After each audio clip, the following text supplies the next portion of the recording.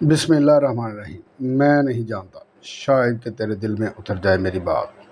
السلام علیکم جی، آپ کا حکیم مبارک علی۔ آج کی ہماری حکایت جو ہے اس کا عنوان ہے وارث۔ نقل ہے کہ ابو الحسین عبادانی اور ایک اور درویش بصرہ میں آئے۔ 6 دن تک انہیں وہاں کھانے کو کچھ نہ ملا۔ 7ویں دن ایک شخص آیا اور 1 دینار دے گیا۔ انہوں نے کھانا منگوا کر کھایا اور وہاں سے چل دیے اور ایک دریا کے کنارے پہنچے اور کشتی کے ملاح کو جو پاس نقدی تھی بچی وہ کشتی میں بیٹھ گئے اور ملاح کو دے دی۔ انہوں نے دیکھا کہ ایک درویش کشتی کے کونا میں سر جھکائے بیٹھا ہے۔ جب نماز کا وقت ہوتا یا نماز کا وقت آ جاتا تو نماز پڑھ لیتا اور پھر سر جھکا کر بیٹھ جاتا۔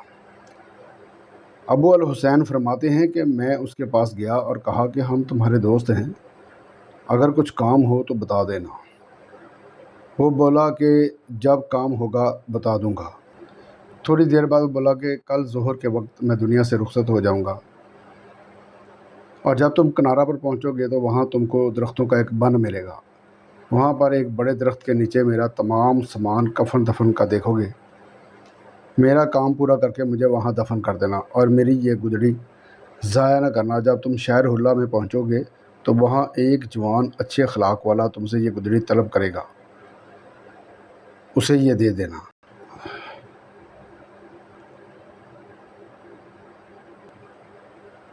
خیر، اگلے دن نماز ظہر اس نے پڑھی اور گدڑی میں سر نیچا کر لیا۔ پھر ہم اس کے پاس گئے تو اسے بے جان پایا، وہ انتقال کر چکا تھا۔ ملاح کشتی کو کنارے پر لایا، وہاں پر ہم نے بن دیکھا اور وہاں ایک بڑا درخت بھی تھا۔ ہم جب اس بڑے درخت کے پاس گئے تو دیکھا کہ یہ قبر نکالی ہوئی ہے اور تمام سامان تیار رکھا ہے۔ اس کو ہم نے غسل و کفن دے کر دفن کر دیا اور اس کی گدڑی لے کر شہر حلہ کی طرف روانہ ہو گئے۔ وہاں پہنچ کر سرائے میں قیام کیا۔ صبح کو ایک جوان اسی شکل و شباہت کا ہمارے ڈیرا پہ آیا اور کہا کہ لاؤ وہ امانت جو تمہارے پاس ہے۔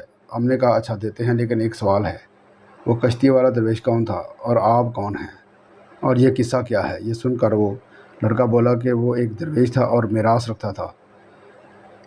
ان سے وارث طلب کیا گیا تھا تو مجھے بتا دیا گیا کہ اب تم وارث ہو، اس لیے وہ میراث تم مجھے دے دو اور چلے جاؤ۔ ابو الحسین فرماتے ہیں کہ وہ گدڑی ہم نے اس کے سپرد کر دی اور وہ بولا کہ تم ٹھہرو، میں آتا ہوں، جب تک میں نہ آؤں جانا نہیں۔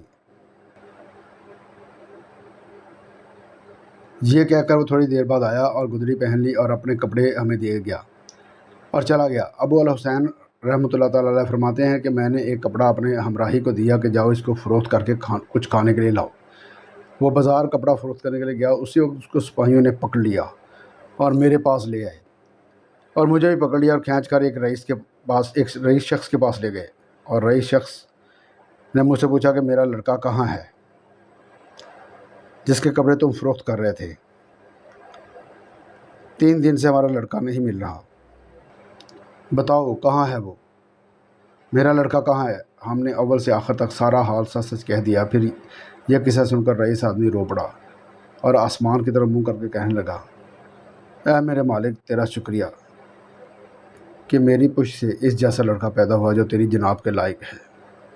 وارث شاہ دا بولنا پیت اندر دانشمند دے غور ضروری ہے۔